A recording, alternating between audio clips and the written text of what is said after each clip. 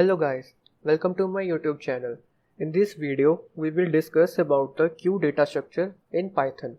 Like stack, queue is a linear data structure that stores items in first in and first out manner. For example, think of a line outside a counter of bank. Well-behaved lines or queues are very restrictive in that they have only one way in and only one way out. There is no jumping in the middle and no leaving before you have waited the necessary amount of time to get to the front. Here, the consumer came first is served first. So these are the various operations that are associated with queue. Enqueue. This will add an item to the queue. If the queue is full, then it is said to be an overflow condition. Here the time complexity is order of 1. Dequeue. It will remove an item from the queue. The items are popped in the same order in which they are pushed. If the queue is empty, then it is said to be an underflow condition. Like in this diagram, we have seen that if the person enters in this queue, it is known as enqueue, and if the person from the end will go out from the queue, it will known as the dequeue. So now is empty. It will return whether the queue is empty or not with the same time complexity, that is order of 1. Size function. It will return the size of the queue with the same time complexity, that is order of 1. So now let's come to my coding screen and look how we can code queue in Python. So in Python, queues can be implemented using two ways. One is using Python list and the second one is using dequeue class from the collections module. So let's look at the first way. In this code, I have written a skeleton structure of queue that we are going to use, and I will code along with the function along with this video. So first of all, let's create an initial buffer of our queue, and here I am initializing it to an empty list. Now let's write code for this enqueue function which would add this element at the starting position of the queue. So here I am using the insert method of list to insert an element inside our queue. It will insert the element at this 0 index. Now let's write this dequeue function. This function is used to remove an element from our queue from one side. Let's write the code for it. Here I am writing this if-else condition, and in condition I am giving that if length of buffer is greater than 0, then it will pop the element from the buffer, and otherwise it will return that the queue is empty. Now let's write the code for this print function. It will print our queue. So here I am using a for loop to print all the elements inside the queue. Now let's write this empty function. It will check whether our queue is empty or not and will return true or false respectively. So if our length of buffer is 0, it will return true. If the length of buffer is not equals to true, it will return false. So now let's write this size function which will return the size of the buffer, that is size of queue. So as you can see, we have here completed our skeleton structure of the code, and now let's run this code. For running this code, I am going to use Python console. So here I am going to import this file.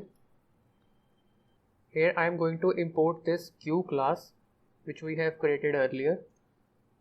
Now let's create an empty queue. So here we have created an empty queue. So now let's use these functions that we have created earlier, and let's add some elements inside our queue by using the enqueue method. Here I am going to pass an element, let's say 12, and let's add some other elements also. So here I have inserted 3 elements in the order 12, 13 and 15. So now let's see how our queue looks like. See, as you can see, 12, 13 and then 15. Now let's dequeue the element from this queue. As we have seen earlier that it follows first in and first out manner. So in this case it will dequeue the 12 because we have entered 12 first. So let's dequeue an element. So now let's again print this queue. As you can see, 12 got removed from our queue. So now let's check if our queue is empty or not by using that isEmpty function.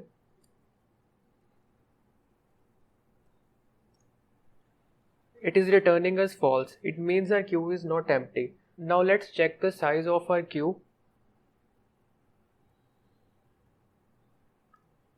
As you can see, it returned us 2. It means that all of the functions that we have created earlier are working fine. So our queue is ready. Now let's dequeue some more elements. Here I have dequeued 2 elements and now our queue is empty. So now let's check if our queue is empty or not.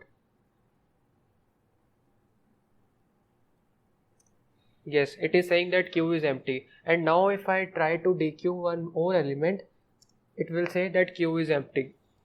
So by this way we have implemented the queues in list using Python.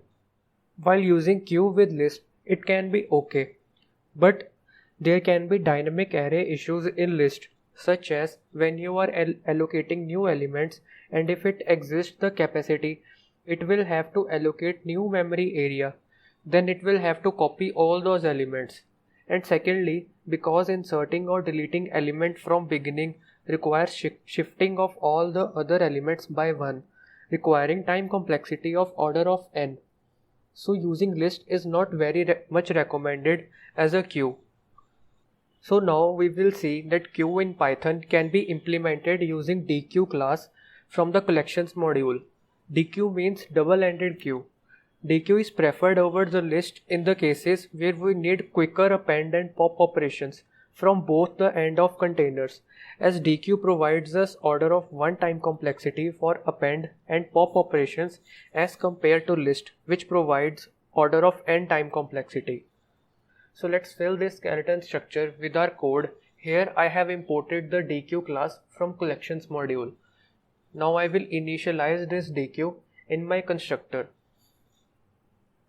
So here I have initialized my dequeue and named this object buffer. So now let's fill this all the functions, that is enqueue, dequeue, print, isEmpty and size. So here I have filled this structure with a code. So as you can see, we have used the same line of code that we have used for list in this dequeue.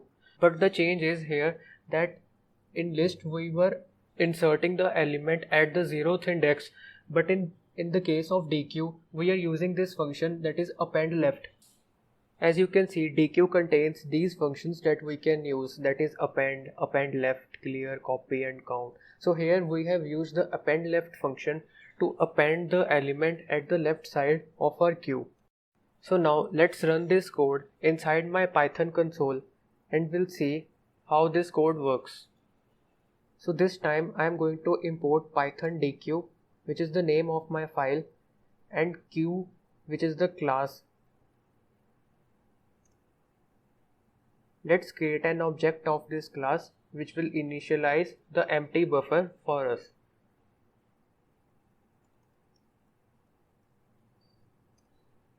So now let's add some elements inside our queue.